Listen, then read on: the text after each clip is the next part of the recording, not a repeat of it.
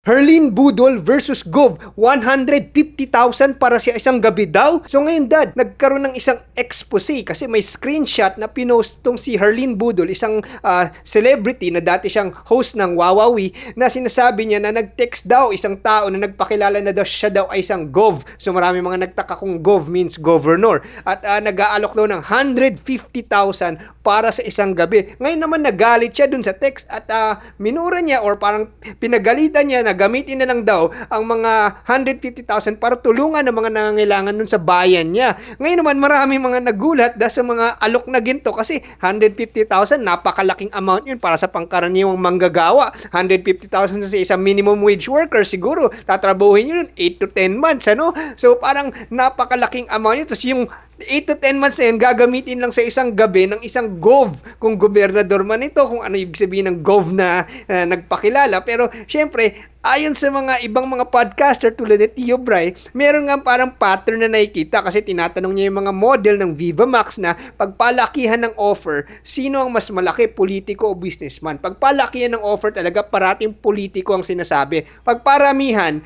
marami mga businessman na nag-aalok pero maliliit-liit na amount or mga substantial amount pero hindi yung tulad daw ng mga alok. Ilan lang yung politiko pero pag pumasok sila sa eksena, talagang sisirain nila yung bidding war. Parang sila yung mga malalaki mag-offer. So ngayon dad, ano nakikita mo dito? Well, bago ko sagutin yan, no, kasi maraming mga kababayan natin nagtatanong kung bakit iba-iba daw yung mga paksa natin. No? So sa amin kasi, kaya namin tinatalakay ang iba't ibang paksa at iba't ibang personalidad, ay aming binabahagi yung mga karanasan nila na nangyayari sa kanila at para sa ganun meron tayong matutunan at mas lumawak ang ating kaalaman sa ating pakikitungo sa kapwa, sa ating pakikipag-ugnayan sa iba't ibang sangay ng ating lipunan at nang sa ganun magabayan tayo na hindi tayo magkamali. So yun ang dahilan kaya iba't ibang paksa at iba't ibang personalidad na pinag-uusapan natin dito para sa ganun may mga matutunan tayong leksyon para hindi mapariwara o masalaula ang ating mga kabuhayan at kinabukasan. So yun ang dahilan. Ngayon balikan natin yung topic na sinasabi mo, no? Kasi usong-uso yan, no? Nakikita naman natin, no? Na palagi may mga ganyan, mga nightclubs nga, sa mga nightclubs doon nagpupunta minsan yung ibang mga politiko at ibang negosyante at doon sila nakikipag-ugnayan sa iba't ibang mga kababaihan, no, para sa ganun magkaroon sila ng kasiyahan, no, kasi uso na yan. Even naman nung kapanahunan pa, no, kahit naman nung panahon ni Jesus Christ meron na mga ganyan, no, si Mary Magdalene nga parang ganun din, di ba, nag-aalok din o isa rin sa mga parang nagiging kumbaga kasama ng mga iba't ibang lalaki, no, yung sinasabi natin parang sa katayuan natin para sinasabi natin mga hostess, di ba? So kahit na nung kapanahunan merong ganyan, no? Kasi nga, siyempre kadalasan mga lalaki, minsan naghahanap niya ng mga kanilang mga katalik, mga kasama, at naghanda sila magbayad, lalo kung may kaya sila o may katungkulan sila. So itong mga gatong issue kasi nangyayari to. Pero ang punto kasi dito, ang sinasabi natin, bakit nagkakaroon ng ganitong klaseng iskandalo, no? So kung bibigyan mo kasi ng story yan, meron din ganung story to, na merong isang pare na may party siya, no, kasi nga after 20 years of serving a parokya, no, sa probinsya,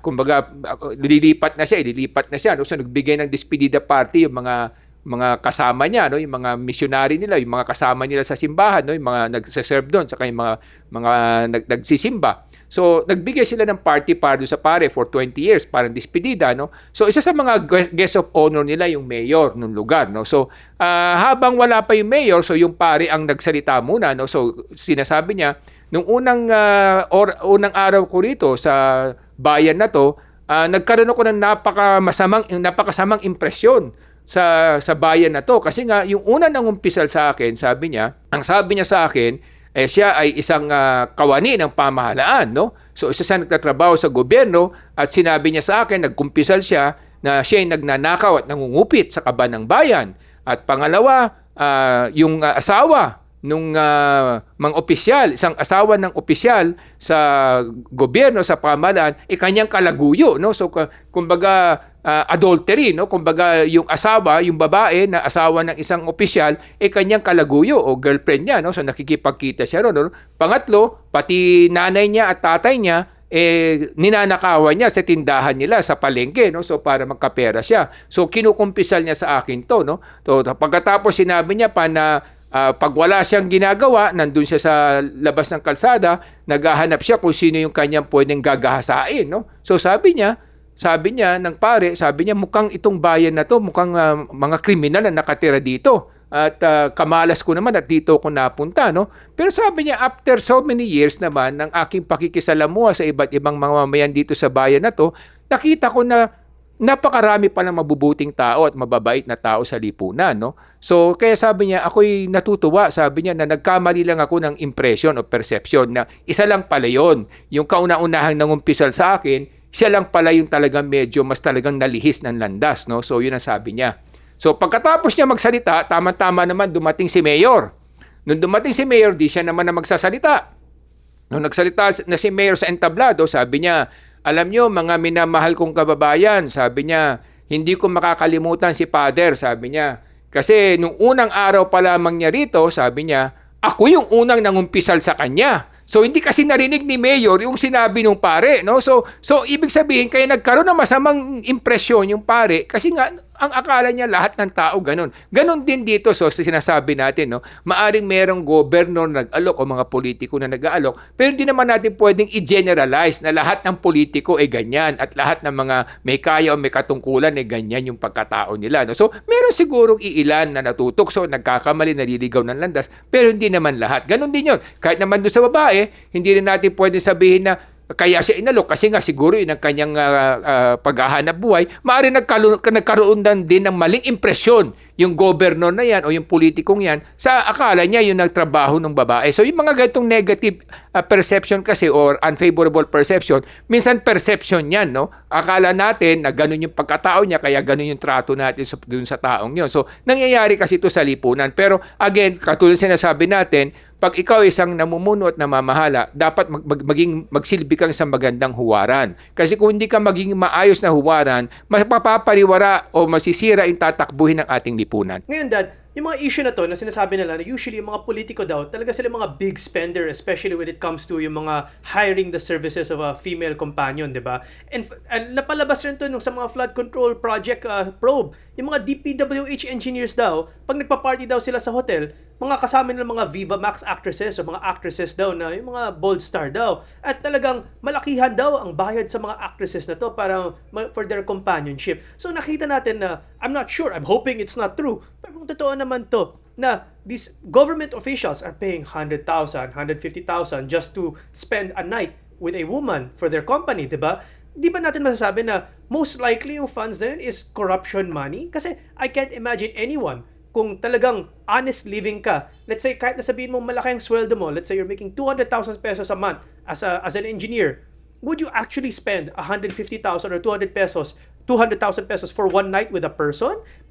There's no way that's logical, di ba, Dad? So is all this money that these politicians are actually throwing at other people, is it most likely corruption money? And if so, why are we also tolerating this as a society? Well, kasi totoo yung sinasabi mo, no? So I would say na 99% of the time it's true, no? Kasi meron din mga exceptions yan, no? So kasi nga kung titingnan mo magkano ba yung sweldo ng mga government officials, di ba? Kasi ang pinakamataas na sahod yung pangulo, di ba, ng ating bayan. At ang sweldo niya pinakamataas is almost 450,000 to close to 500,000, di ba? So yun ang sweldo niya. So kung kukwentahin mo yan, for example, sa isang buwan yan, no? So saka siyempre marami rin siyang gastos sa pamilya niya, sa bahay niya, di ba? Siyempre, the higher is your position, mas malaki rin yung cost of living mo, no? Standard of living mo. So at let's kahit nasabihin mo sweldo ka ng 450 to 500,000, baka kulang pa yan minsan sa iyo kung talagang mabubuhay ka ng kahit na masinop, no? Baka kalahati lang niya na matipid mo o less than that. Pero kung titingnan mo kadalasan kahit yung mga senador, congressman, governor, mayor, ang mayor magkano ba sweldo? 200,000 to 300,000, di ba? Ganun din mga congressman, mga senator, mga 400,000. So paano magkakaso yun? Kung mga kotse pa rin nila, kung titingnan mo, isa pa lang 10 million na eh. Assuming na hindi gumagastos yun sa bahay. So saan nang gagaling yung mga perang yan? Yan ang magandang tanong, di ba?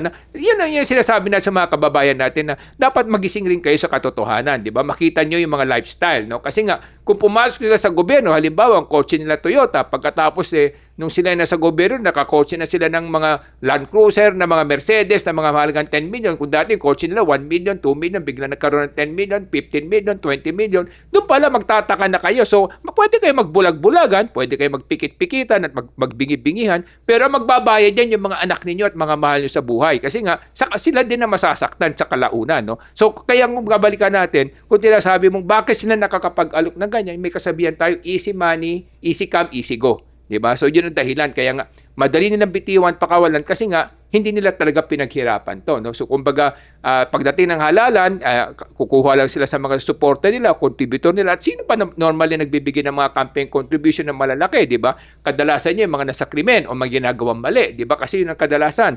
At yung pangalawa, yung mga may kontrata sa gobyerno, o yung pangatlo, yung mga sinasabi nating pinoprotektahan nila yung mga negosyo nila, no? So ganun yun. Laging merong kaakibat kasi yan na hindi tama, no? Pero meron namang ibang contributor na maayos din naman. Kaya siyempre mas maliit yung contribution na bigay, no, compared to yung mga illegal na negosyante o mga illegal na may ginagawa, no? So yun ang dahilan kasi kaya siyempre kung ganun yun, pag nakikita mo ganun, mag-iisip ka na. Isipin mo na nakikinabang ba to sa mga illegal na mga aktibidades katulad ng droga, ng pasugala, ng paweteng, etc. So yun ang issues kasi dito. Kaya ngayon, for our society to tolerate that, that means to say, tinatanggap na nila yung kanilang patutunguhan o kinabukasan. Pero sa tingin ko naman kasi, hindi pa lang nagigising ang ating mga kababayan. Akala lang nila, nalilin lang pa sila, nauto pa sila. But eventually, the way I see it, hindi naman ganun kamangmang ang ating mga kababayan. I still have faith in the Filipino people. I still have faith that the Filipinos will be able to stand up and one day wake up to the fact that if they want to have a better future, they have to have better leaders. Kaya mga kabayan, dito sa Ilocano Defenders Party List, gusto namin na maging edukado ang taong bayan para maintindihan nyo na hindi porket nakikita nyo yung mga sexy celebrities natin na kasama mga politiko, iba nakikita sa airport, yung isa sa resort, na picturean nila, yung mga taong to, si Kim Domingo, iba na Alawi, etc. na may mga kasamang politiko, hindi ibig sabihin nakita sila kasama yun, tama o diretso kaagad yung dapat isipin nyo, o siga sila. Magtanong kayo. Yan ang kailangan natin sa ating sa taong bayan. Pag may edukasyon, mas nag-iisip, mas nagtatanong, at mas may naging mapanuri kung tama ba ang mga nangyayaring to. Para sa edukasyon, ako si Morgan Sayan, yung coach ng bayan. Mga kababayan, again, we always need better leaders. Leaders who will not steal the money of the Filipino people to use it for their own personal desires. Kaya ang layunin ng Ilocano Defenders Party List ay taas ang antas ng edukasyon para sa bawat Pilipino. Para bilang Pilipino, we can start to choose better leaders. We can see kung sino ba ang mga dapat natin ihalal at dapat maging leader natin dito sa Pilipinas. Ako po ay si Solomon Sai, ang inyong kuya ng bayan. Mga minamahal kong kababayan, kami po sa Ilocano Defenders Party List ay hindi naririto upang manghusgan ng kapwa, mangutya ng ating mga kababayan at manliit ng ating mga mamamayan. Kami po ay naririto para maging isang gabay ninyo sa mga tamang pag-iisip, tamang pang-uunawa at tamang kumbaga pagbabalangkas ng mga dapat patunguhan. Ako po si Michael Sain, yung dad ng bayan.